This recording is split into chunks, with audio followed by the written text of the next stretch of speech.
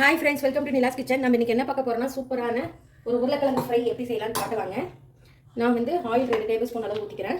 ரொம்ப நிறையா வேணாம், இது இரும்பு தவா தான், ரொம்ப வெயிட்டாகவும் இருக்கும், நல்லா ஃப்ரை ஆகும். கொஞ்சம் ஆயில் கம்மியாகவே ஊற்றிக்கோங்க. பாருங்க, ஆயில் நல்லா காஞ்சதும் ஒரு 5 டீஸ்பூனில் 1/2 ஸ்பூன் எடுத்துக்கிறேங்க.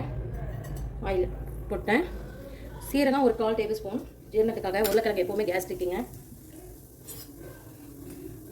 நல்லா ஃப்ரை ஆகுதுங்க, வெடிக்கிட்டுங்க கடுகு.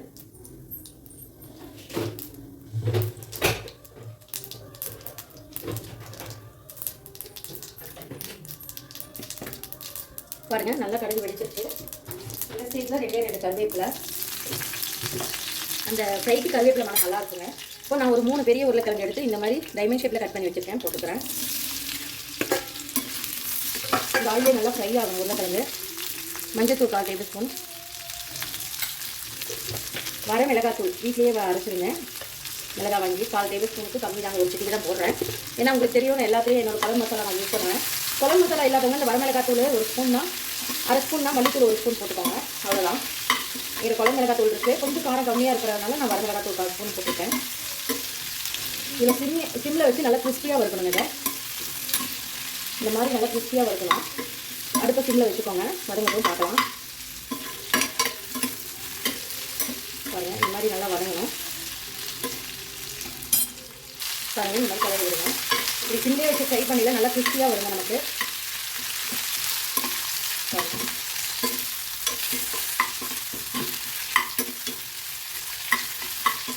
இந்த மாதிரி நல்லா கலரி விடுங்க.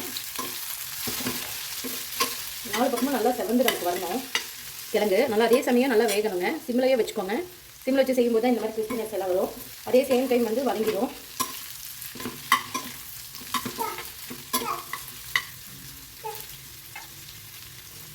இது அப்படியே வதங்கிட்டுங்க, பார்க்கலாம்.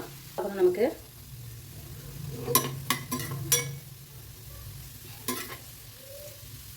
இன்னும் கொஞ்சம் நல்லா வேகணுங்க, கிறிஸ்பினஸ் கிடைக்கணும். அதுக்கப்புறம் மசாலா ஆட் பண்ணிக்கலாம். உப்பு நான் தேவையான அளவு ஆட் பண்ணிக்கிறேன். நான் ஆல்ரெடி ஆட் பண்ணல. நான் ஒரு 1/4 டேபிள் ஸ்பூன் ஆட் பண்ணுறேன். டேஸ்ட் பார்த்துட்டு வேணுமா ஆட் பண்ணிக்கலாம். அதிகமாகிட்டா சாப்பிட முடியாதுங்க. அதுவும் இது கூடயே ஃப்ரை பண்ணிடலாம். உப்பு நல்லா டீப்பாக மிக்ஸ் ஆகணும் எல்லாத்துலேயும்.